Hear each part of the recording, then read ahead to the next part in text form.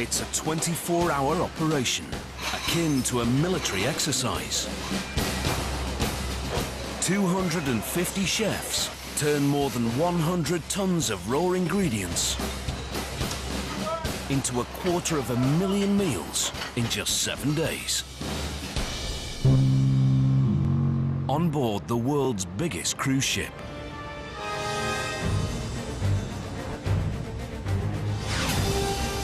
At the moment, we're having an average of 28 to 30,000 meals a day. And one meal poses the biggest challenge of all. Lobster. I cannot hear the word lobster anymore.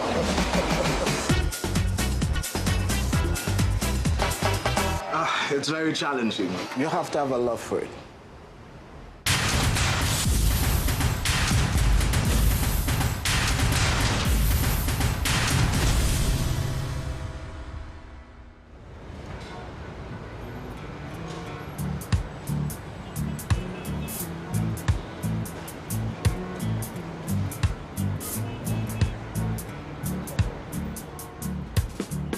Saturday morning, Port Everglades, Florida.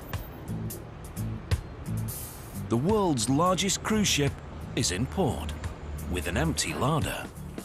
This is what I like. This is what I like. It looks good. Well, our inventory level is right where it should be.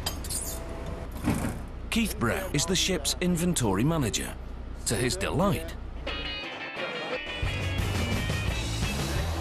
in just 7 days, a small city of passengers have eaten their way through more than 100 tons of food. They are on vacation, and we try our best to please them all the time. I love what I do. I mean, I've been doing it for so long, and you know, it's a smooth process now.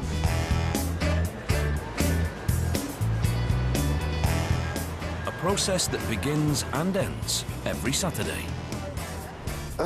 I think the challenging time is the turnaround day, the loading day. That is the most challenging and difficult.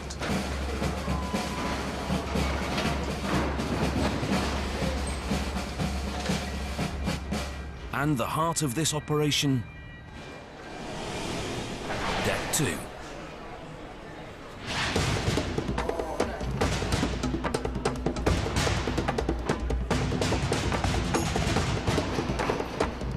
Hidden from the guests, this lifeline connects every aspect of the galley operations.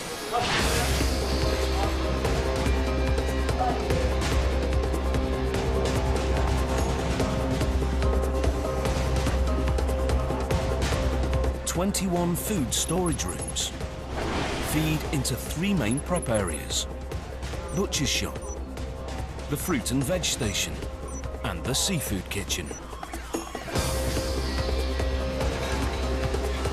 Keeping the onboard catering operation running requires military-level precision.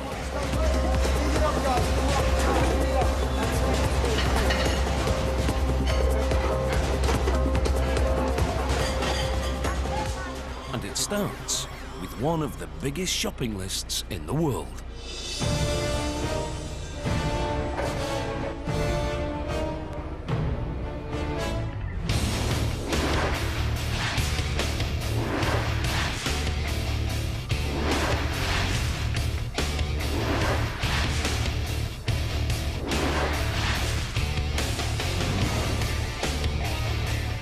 It's a storage nightmare. Watermelons, there are 12,000 pounds of watermelon in here right now. Pineapple will be 9,000. Strawberries, 4,800 pounds of strawberry. Honeydew, 6,000. It's very challenging. It's always moving. You know, we have to take the products in within a certain framework. You know, have everything within its storage facility in a timely manner.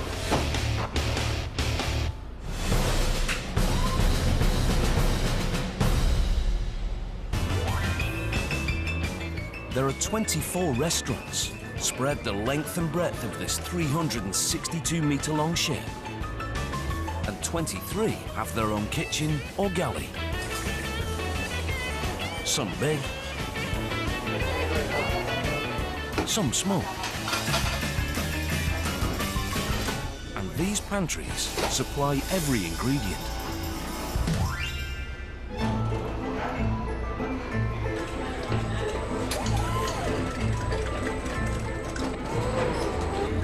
It's like clockwork. You do it for 365 days in the year, you're gonna get accustomed to what you make. Everybody that needs to be in place is in place, so there's no hiccups.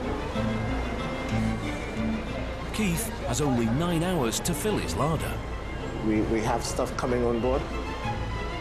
Everyone knows where it goes, how it's stored, correct temperature, and everything that they need to do. It's all part of a synchronized orchestra playing together. They all work in harmony to make it, you know, a smooth day for everyone.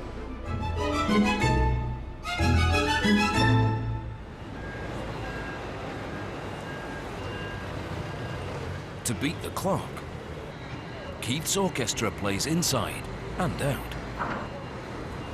When I come outside, I actually check all the box, all the product. I need to make sure we have the right quality, the right product, and also we check for the expiry date. You know, we need the right quality of stuff to feed the guests.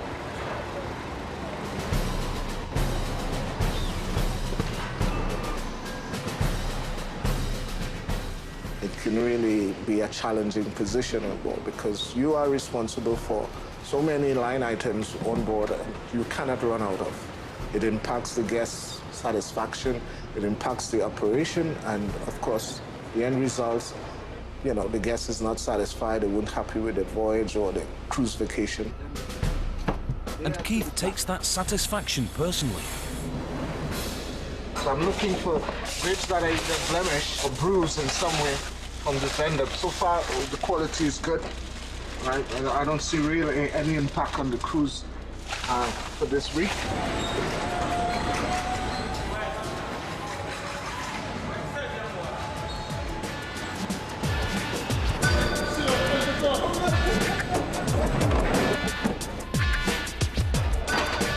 As Keith's clock counts down to departure, the chef's is ticking towards dinner.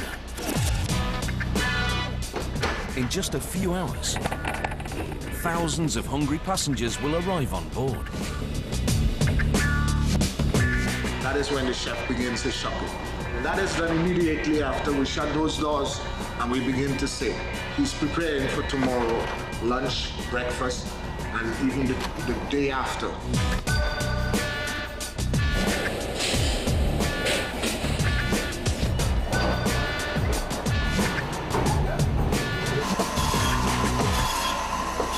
This goes on a 24-hour period. It's not an 8-hour job from Monday to Friday. It's definitely not. Executive Chef Thomas Palaszczuk is the ship's culinary commander-in-chief. Morning, Arrow. How are you? Everything okay? What's cooking? It's his job to split the kitchen armies into specialist units. This is my ship. In total, I have 250 chefs working for me. This includes the galley management.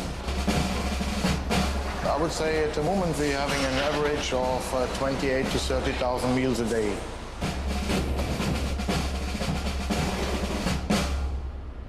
And they start before they even leave port. First mission. Lettuce. We are here at the moment in the vegetable preparation. All the vegetable for all kitchen on board get prepared here downstairs. We have to unpack and we have to sanitize everything here on deck number 2 for the simple fact we don't know where the boxes or the cartons were standing at the supplier or if the truck was clean. With certain vegetables, they need to have a certain size. They need to cut equal, so it's easier to do it by hand. But not this vegetable.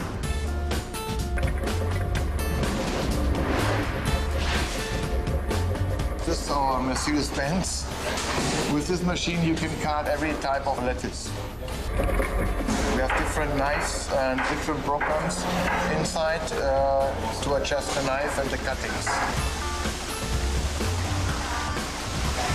It saves a lot of time. Instead of washing it by hand, the machine is doing it. For the amount of lettuce we're using on a daily basis, would be very time consuming. So from here, we take then the lettuce in this basket here inside, and it's like a hair dryer. It's get dried now. It's like a centrifuge, and get all the water. The lettuce is nice and dry, and you can store it much more longer. It makes a difference because lettuce is growing on the earth in soil. So in order to prevent that any bacteria or anything is inside, we have to store it 40 degrees below in the fridge.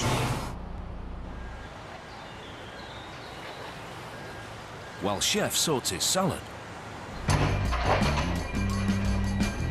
Keith counts his groceries. The very last thing I do is to make sure that all of the products that we have actually ordered is on board and accounted for. Once that is done, my day is not done, but that portion of my day is done. And the challenge begins.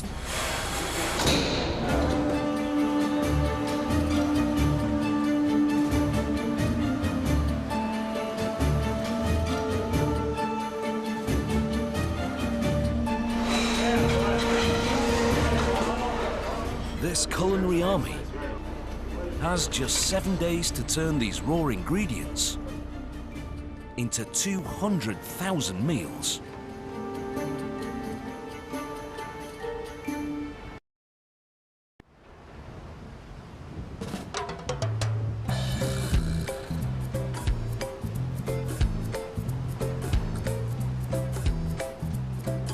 After a night at sea, Oasis reaches her first port of call, the Bahamas. It's an extremely hard day for us because we're arriving early and we're leaving early port. So this will affect the operation tremendously. The first thing that will happen at the beginning of the day, we begin to prepare the pallets, or what we call the shopping list, for the various divisions on board.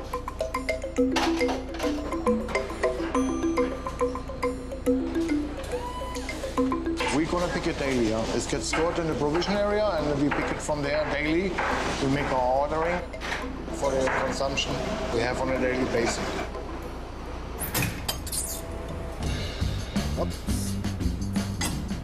One of Keith's biggest storage headaches, bananas. These are the different stages of the banana. These are used by the chef to make what is called a banana drink. It's in a separate room from the fresh vegetables because, as you know, bananas give off a certain gas. That gas itself can impact the fresh vegetables or the other fruits within that room. And as you can see, we have this stage and we have a little greener stage. So at the end, or coming closer to the end of the voyage, this stage will have gotten to this stage of bananas, which would give us duration at the end of the cruise. And they are to the back. The greener stage are to the back. See? While Keith battles his bananas, culinary assistant Zandro Salamo is on seafood duty. It's fish kebabs for dinner tonight. We have shrimp, scallop, and monkfish. 1,100 for tonight only. This is around 90 pounds of monkfish. And the scallop, 180, and the shrimps, around 200 pounds of shrimps. And they're all headed here.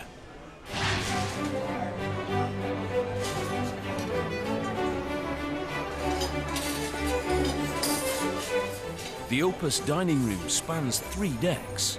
Each deck has its own galley.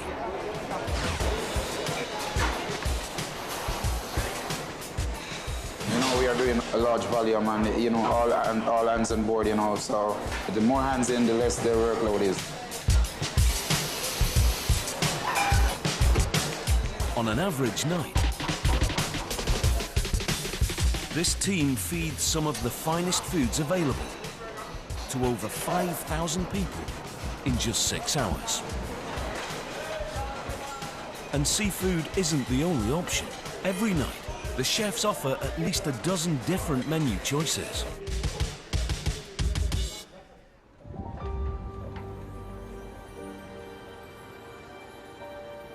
After their short stop in the Bahamas, passengers are back. And they're hungry. It's time for that fish to fry.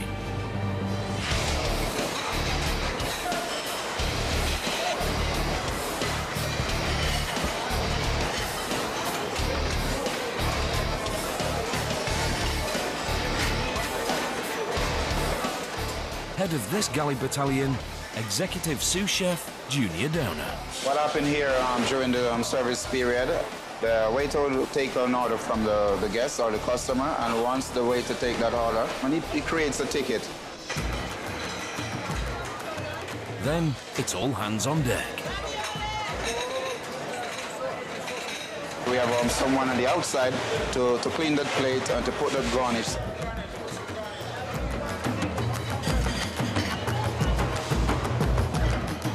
They're cooking in batches. You know, the monitor helps us to see the amount of, food that they are ordering. So we have the opportunity to see and cook accordingly.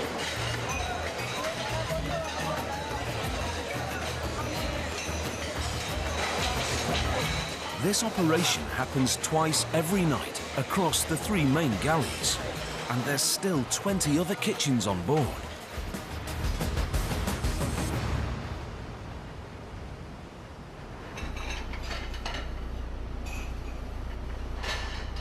Six hours later, time to clean up, ready for tomorrow.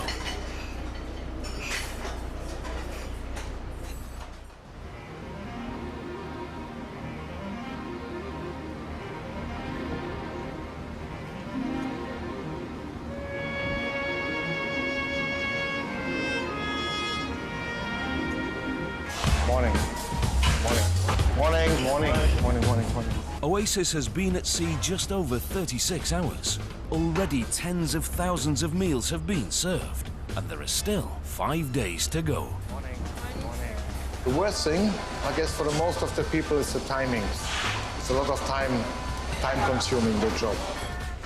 It's quite interesting for a regular day, First of all, we wake up and we make sure that breakfast is up and running. Then we'll go start with the pantry for the main dining.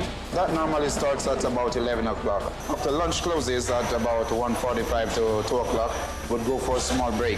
And then we comes back about 4 o'clock in the afternoon. We go through all the stations, make sure that everything is there, up and running, anything missing. If something needs to be corrected, we do it right there and then. And from there, we move up here to the pantry. When we go through the full menu, and we go to the service line, we start to set up, and then by 5:30, 5:45, we start, the operation and break between seating, and then we recheck for the second seating, So it's quite interesting for our day here on board, as executive sous chef.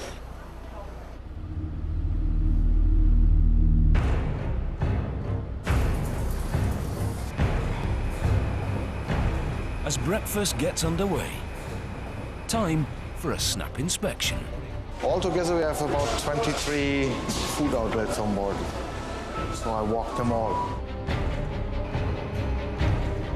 I do this daily, at least 3 times.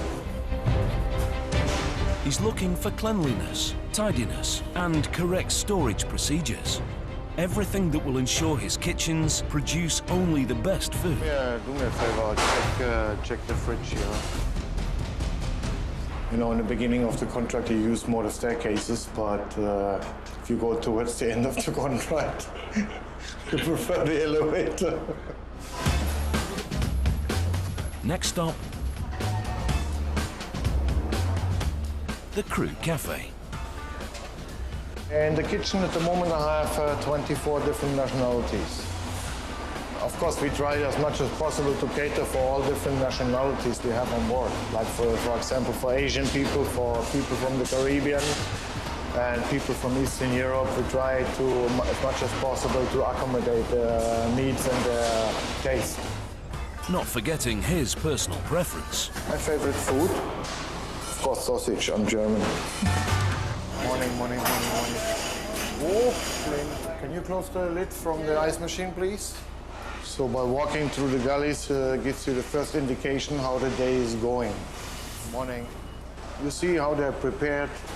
The people are relaxed, not running like chickens around. So it's a good indication that everything is running smooth.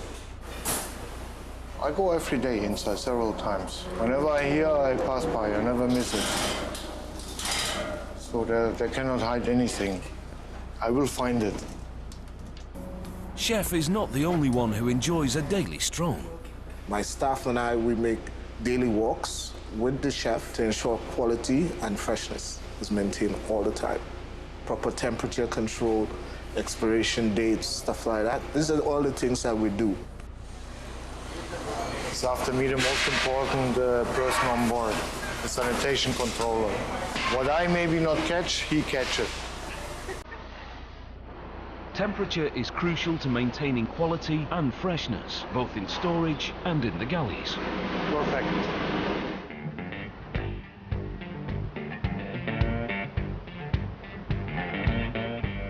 Back on the passenger decks, it's breakfast time. Room service. For breakfast, most of the time you know already more or less how many breakfasts you're gonna have, because you collect in the evening the doorknobs.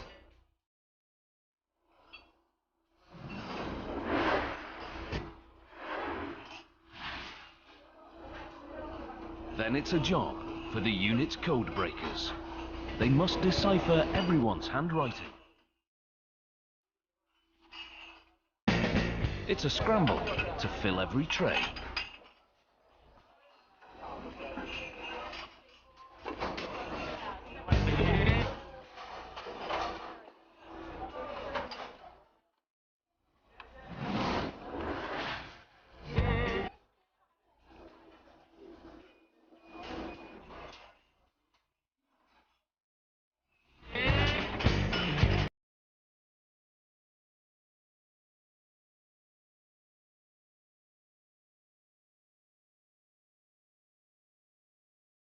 For example, yesterday we had about 600 orders room service. And that's quite a lot for a morning. And the time frame is very close, and of course you are limited with people as well.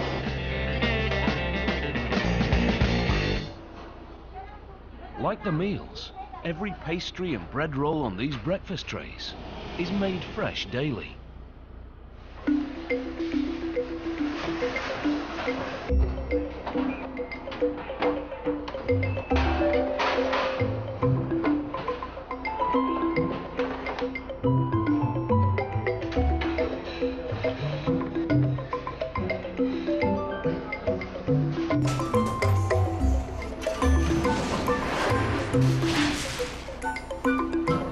By the end of the week, this onboard bakery will knead its way through close to 6 tons of flour.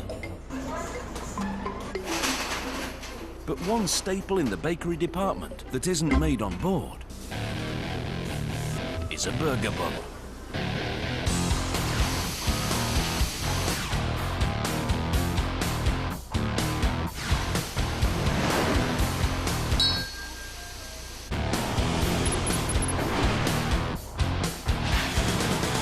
This butcher's room supplies the entire ship. This machine is the burger machine. We made 6 ounce for dining room. We make 5 ounce for John Rockets and so on and sometimes. But this, it carries on, it has its own weight. But to see that it has its right weight, we weight on the scale over here.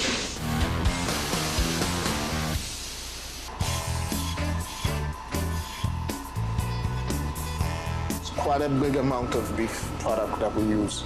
We have the strip loin, we have the tenderloin, we have the prime ribs, beef shoulders and stuff like that.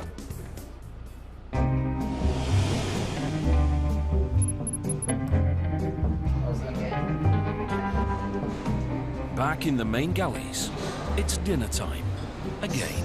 Appetizers are scallop and mussels, served with herb butter and olive bread.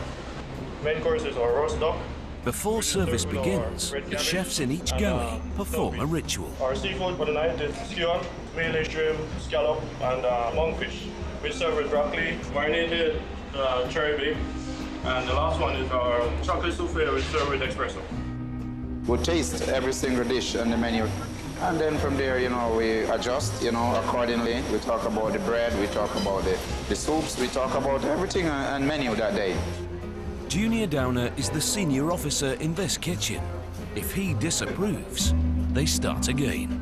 Normally, out of experience, you can say if you look at a dish, you know exactly what is missing. So I want that they taste what they're cooking, because if they don't like it, the guests don't like it. So if they like it, the guests will like it.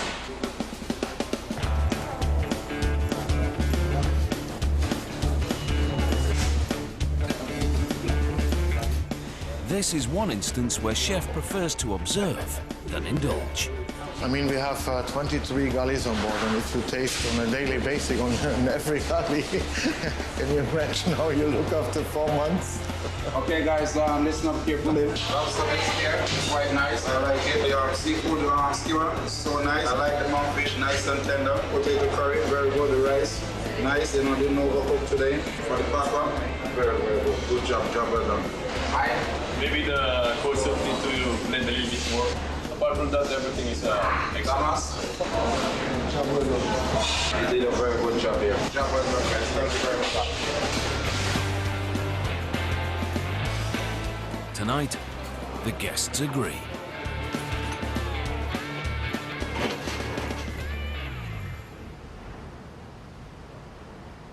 But there's still 4 more nights to go.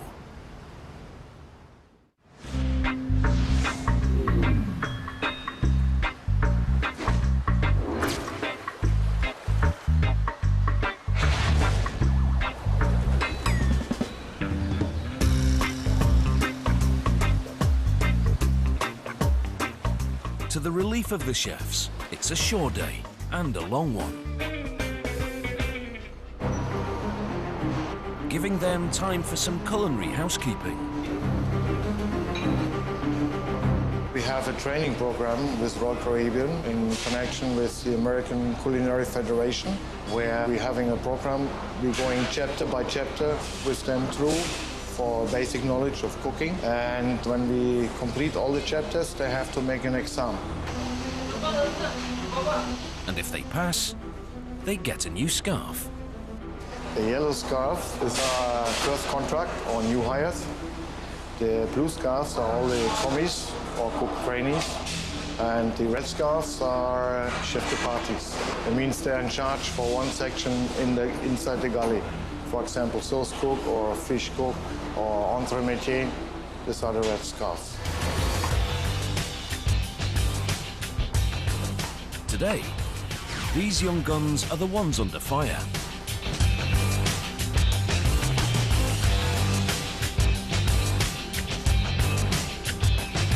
They have just 2.5 hours to wow their bosses. Easier said than done.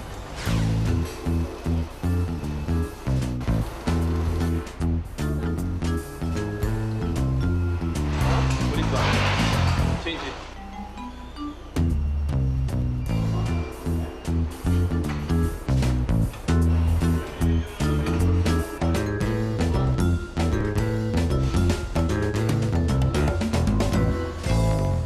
Finally, the table is set.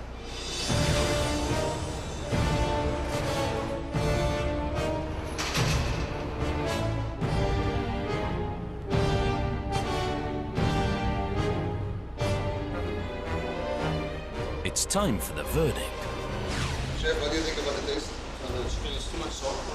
It's too dry. I think it does good. Not bad. Oh, the zucchinis are also overcooked. Yeah. It's yours? Yeah. It's good.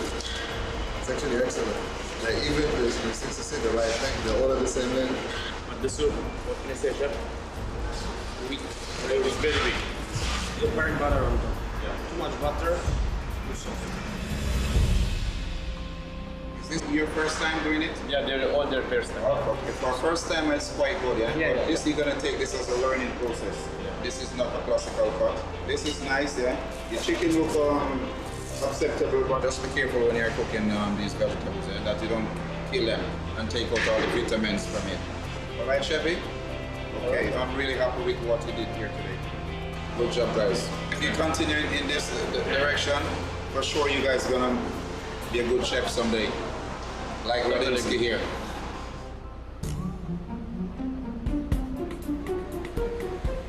One chef who made the grade is Dominic Bradshaw. He now runs his own platoon in one of Oasis' smaller specialist kitchens. So I've been fortunate, whereas all the sous chefs get placed around the ship in every aspect of the culinary department, so I've been fortunate enough to be placed here. It's an Italian-style restaurant. The idea is to be sharing plates where you can get large portions and it can be divided up. It's like sitting at your Uncle Giovanni's table where you would be getting a large plate of food and you would all just grab it and put it on your plate, and someone would be sharing, entertaining, and a very relaxed atmosphere, a very nice atmosphere. Unless you're this side of the kitchen door. We have two teams. We've got most of the team up here now, but two teams. One would be prepping on the night service downstairs in the downstairs galley, whilst the service is going on that night as well. So you've kind of got continuous production. Even though we're doing 150, 200 on the evening, we've still got the guys downstairs prepping, making sure we've got backup for the next day. So it's a continuous stream.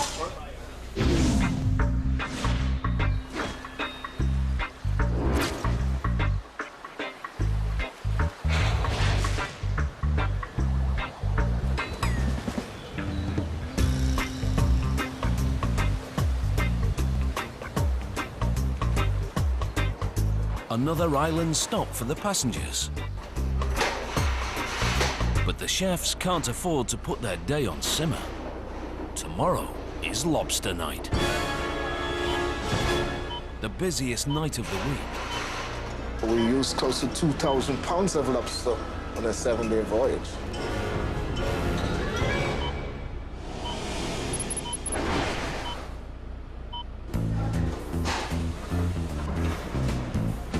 The butcher's room is transformed into a makeshift field kitchen. It's out with the meat and in with the seafood. The process is actually very simple. The first step, what you need to do, you need to defrost them properly. Properly means slowly. That takes hours in cold storage.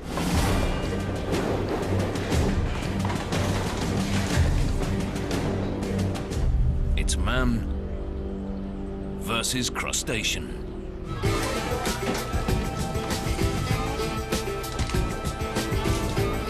Lobsters in sight. First plan of attack, the butterfly maneuver.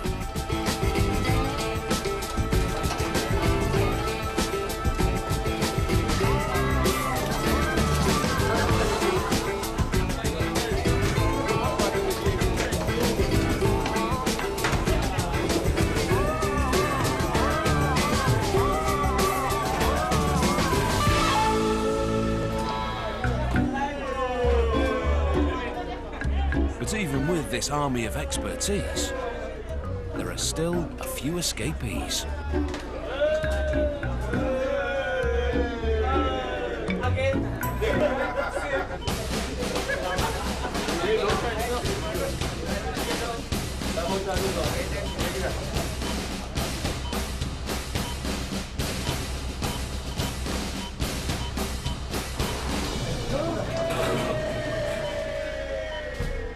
Time for a well-earned drink.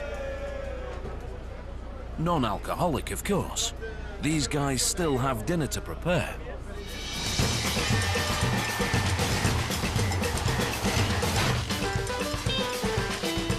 But when they do get a day off, there's plenty of choice at the bar. And Keith is always on standby in case of a shortage. I'm checking on the rum, of course, at this time because this is one of our fast-moving products. You know, it's used in a lot of the recipes we have on board. So therefore, you want to make sure we have enough to last, of course, the 7-day duration. It's an impressive drinks cabinet.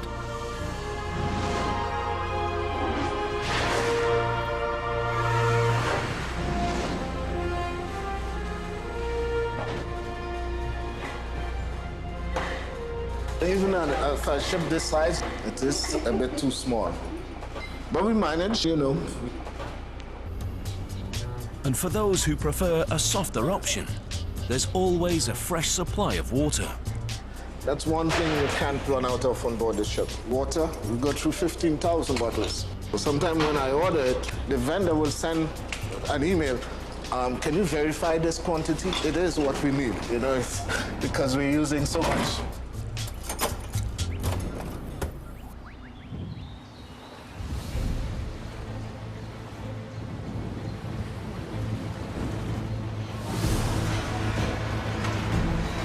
Five days into the cruise, and the chefs are clocking close to 200,000 meals. Using nearly 30 tons of vegetables, 25 tons of meat, and a whole lot of salad. But there are still 2 dinners to go, and tonight is the biggest culinary event of the week. Lobster is on the menu.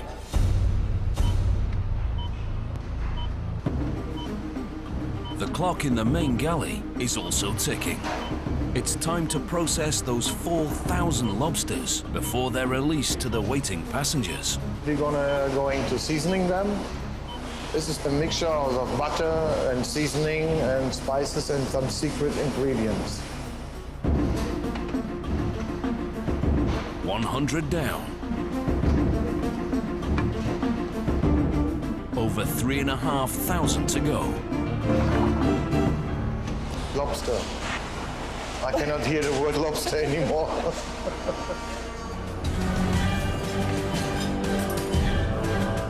And he won't have to.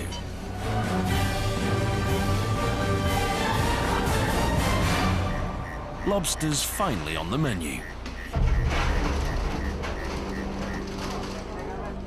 But before they start cooking, it's time for their favorite daily drill.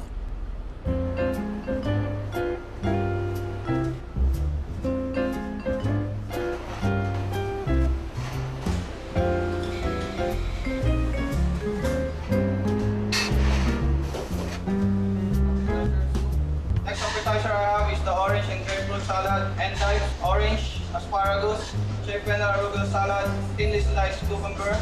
Tuna is grilled, it's marinated in red curry sauce. Muscovy duck breast served with lentils. Sweet germ crusted salmon topped with micro lettuce. Lamb is grilled and served with succotash, which consists of garbanzo bean, lima bean, green beans, bell peppers. And finally, is the bison. this delicacy can cost over $60 per kilo.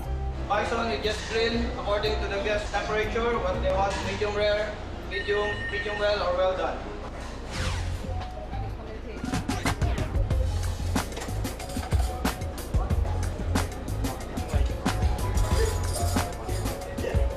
It's a menu that would make any mouth water. But unlike the passengers, the chefs don't have time to savor their meal. It's judge and go. The lobster are calling. Deck 5, Nick Walsh's galley. This is my time dining. This is where passengers can come in whenever they like. We start at roughly about 6 o'clock, and we take reservations right the way through till 9:30. Tonight is lobster night. This is one provision that Keith overstocks. They might ask for more lobster, and they will get it, of course. Satisfaction is the key here, so give them more lobster. There will be no lobster left tonight at all, I can guarantee it. We get the occasional one where the tail's a bit soft or it's been bruised through transportation, so we discard them. But pretty much there's never any lobster left. It's always a mad dash at 9:30, 10 o'clock between the 3 galleys. Who's got the most lobster, who's got some left, and no. There's never any left. Same with the shrimp. And if there is, yes, I will devour them. I will eat them for my dinner, yeah. The teams prepare for battle.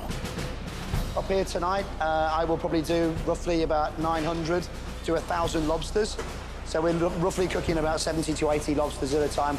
We cook them, we slowly steam them with a little bit of herb butter for 8 minutes, and we distribute them onto the 3 lines.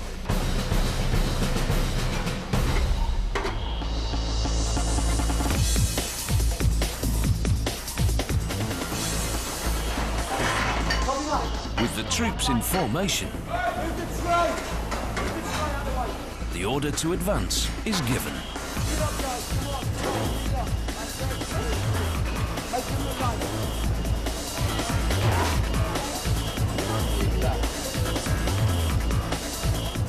Normally, of a regular evening, we'd have a chicken, a beef, a fish line, but tonight we dedicate 3 lines solely for lobster. So I've sort of got 9 guys that are just dealing with the lobster tonight. It's our busiest one. We roughly have, tonight we've got, I think we're up to about 300 within the first hour. So it's going to be crazy for us. But we've got a good team up here. We all know what we're doing. And my job is to make sure the lobster goes out hot, it sits in its shell properly, the garnish is as we request it, the vegetables are hot, and the potatoes are hot, and the plates are clean. At one point, we could have 70 to 80 lobster away at the same time. Queues of waiters taking their lobster out. So.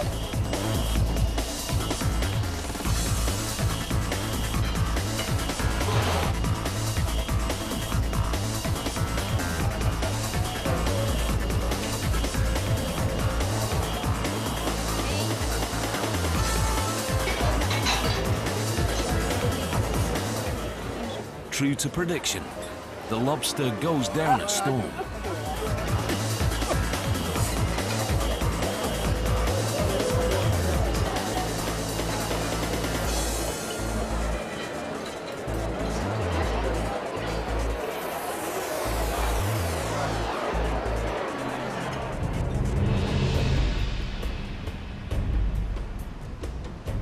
With the lobster successfully devoured, the crew are on the final stretch.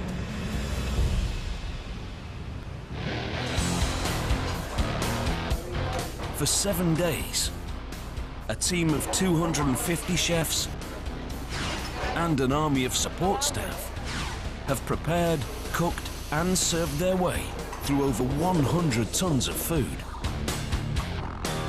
to provide every passenger with the culinary journey to remember.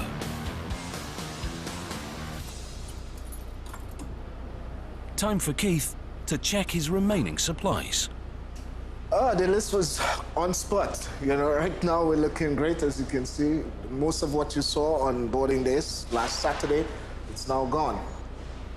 Currently, what volume you're seeing here now is just what we will need for tomorrow boarding day, as well as should in case the ship is not able to go into port, we have sufficient item to sustain us for the next 2 days at sea or wherever. It's a real important basic item, the watermelon, the cantaloupe, the pineapple, some grapes, oranges, apples, the core items that the chef will require.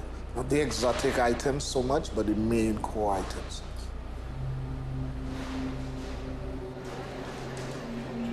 And tomorrow, he starts all over again. 6:30 in the morning, I do a quick walkthrough, make sure the temperatures of the fridges are okay, and we begin. Everything is in place, all the staff that is needed is in place and ready for the operation of loading. Yeah, takes place again tomorrow.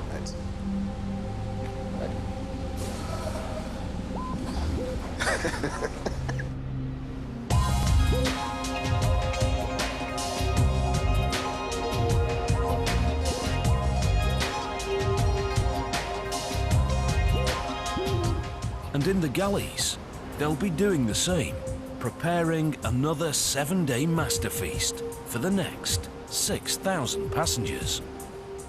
You can make people happy. So I think this is a nice thing to do.